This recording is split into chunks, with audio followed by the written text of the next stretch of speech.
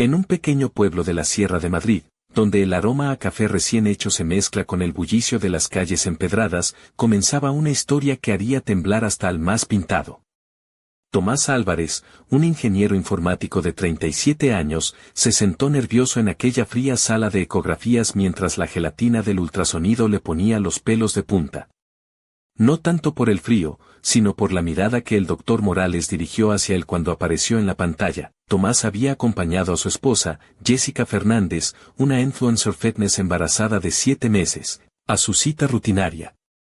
Jessica, impecable incluso en su estado, vestía unos leggings de maternidad de última moda, combinados con una camiseta ajustada que dejaba entrever su vientre redondeado y un par de zapatillas deportivas blancas con detalles rosas.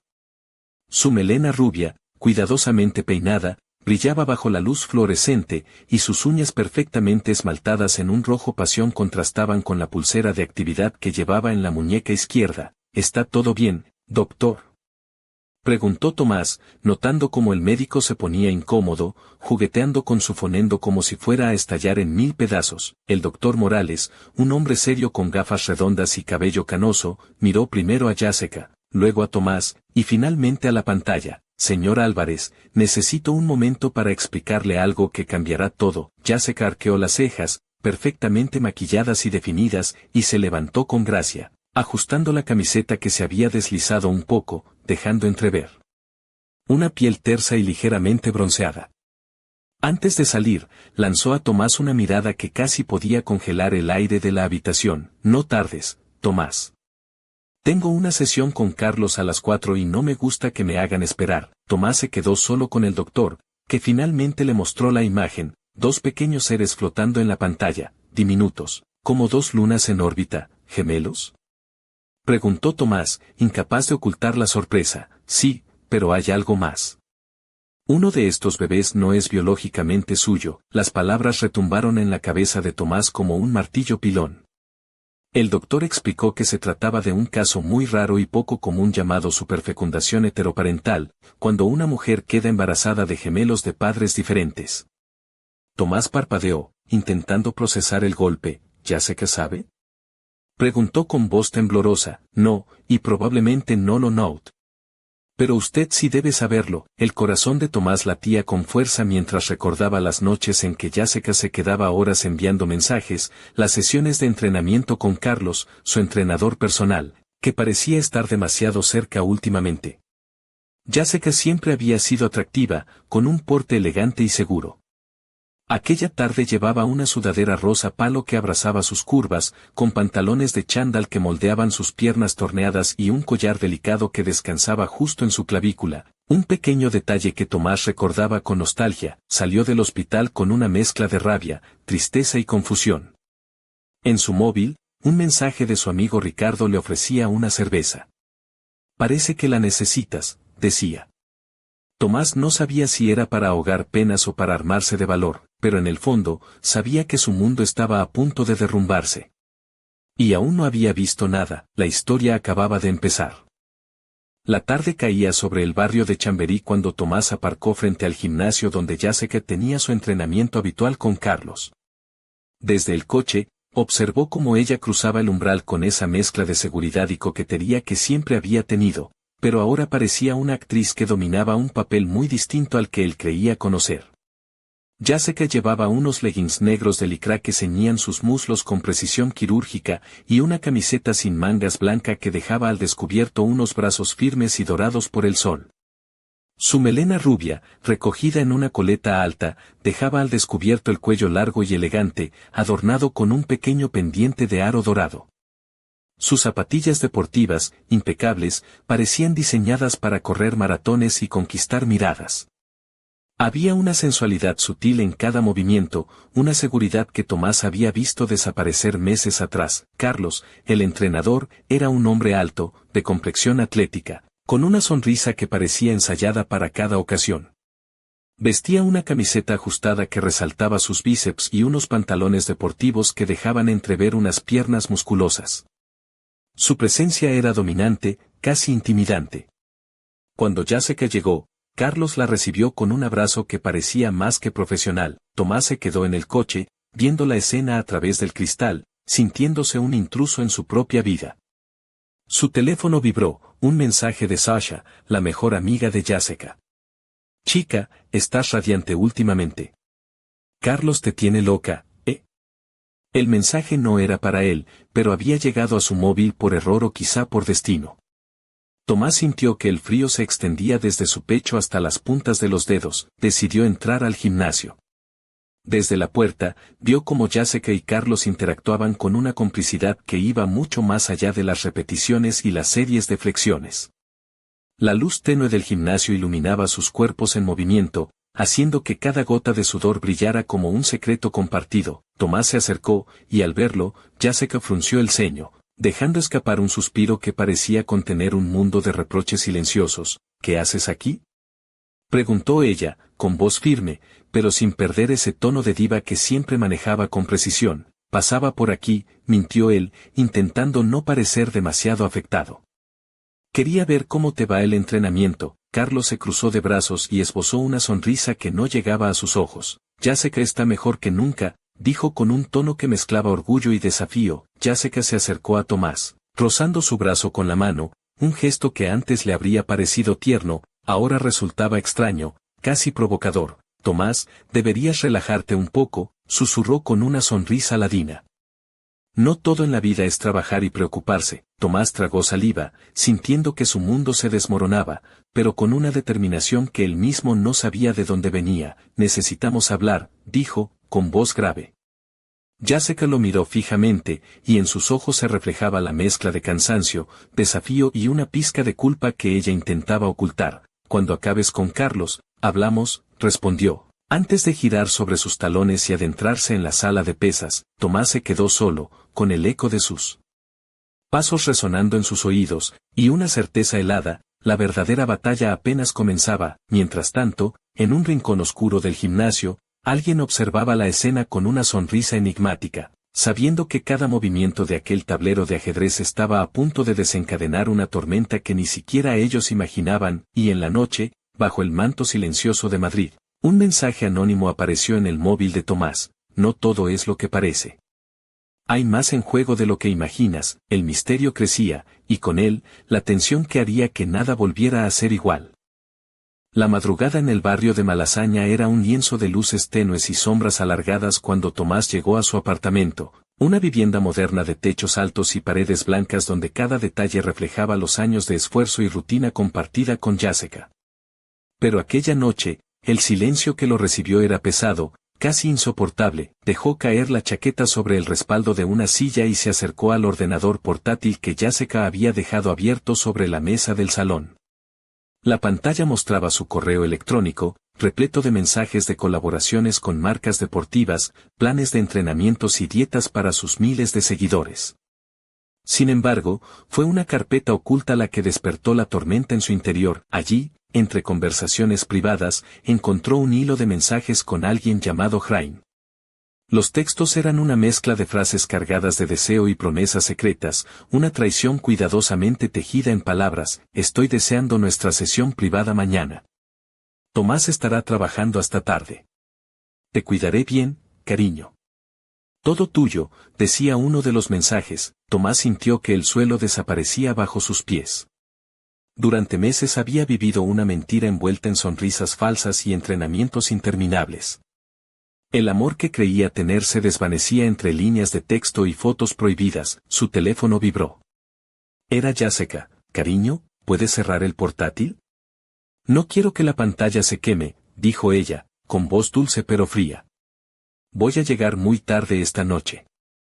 Carlos quiere repasar unas rutinas nuevas para mi próximo video. Tomás respiró hondo, tratando de mantener la calma. Claro, no hay problema.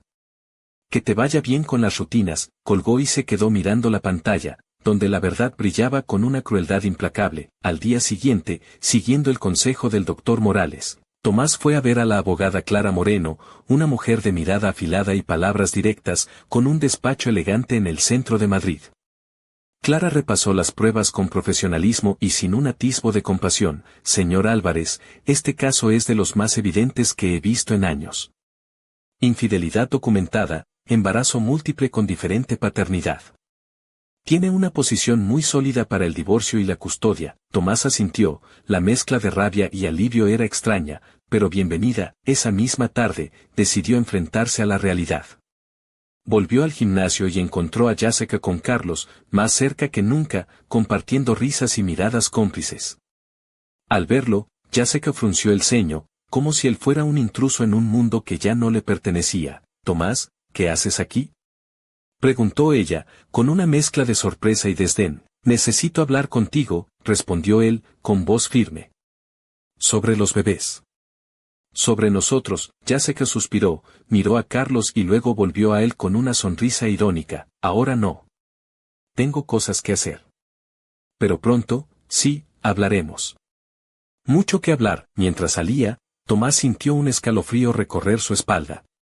Sabía que esas palabras eran el preludio de una tormenta que arrasaría con todo. Esa noche, en el bar de Ricardo, un lugar acogedor con luces cálidas y mesas de madera gastada, Tomás compartió sus impresiones y planes.